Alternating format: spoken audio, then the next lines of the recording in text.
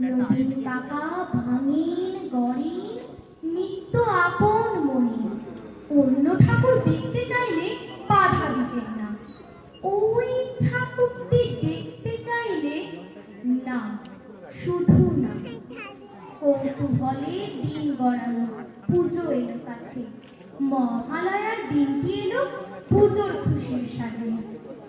আমরা কয়েকজন রাত থাকতে উঠেছি ঘুম ছেড়ে। পূবের আকাশ মলিন আলো ধীরে উঠছে বেড়ে। অন্ধকারে চুপি সারে গুটি গুটি পায় আমরা হাজির নবীন কাকার ঘরের কিনারায়। চুপটি করে দরজা ঠেলে ভিতরে গিয়ে দেখি কাকা চোখ আঁকছে সমস্ত মন দিয়ে। চোখ আঁকা যে সাঙ্গ হলো নিথর নবীন কাকা অঝোর ধারে কেঁদে চলে, দুহাতে মুখ ঢাকা। কাঁদছে শিল্পী নীরব বিশ্ব কুপির আলো ঘরে। নবীন কাকার পাষাণ হৃদয় কান্না হয়ে ঝরে। নবীন কাকার সামনে গিয়ে কি হয়েছে বলি, কেঁদে বলেন নবীন কাকা সবই জলাঞ্জলি।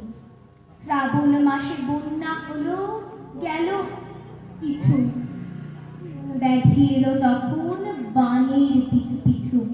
ভাদ্র মাসের পূর্ণিমাতে সেই ব্যাধি যে ধরলো, মেয়ে আমার অনেক কষ্টে যন্ত্রণাতে মরল। করি দুহাত আমার অবশ হয়ে মুখ জুড়ে ওই মেয়ের মুক্তি ভাসে। দেখ না তোরা, দেখ না সবাই, চোখ আঁকা শেষ হলো।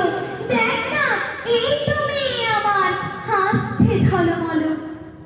কোথায় গেলি মারে আমার, কোথায় তোকে পাই? ফুর্তি করে খুঁজি তোকে, মূর্তিতে তুই নাই।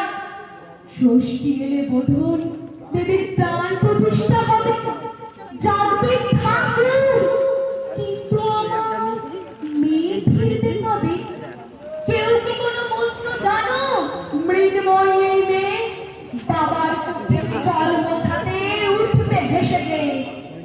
আমরা অবাক মহালয়ায় ভোরের শিউলি ঝরে।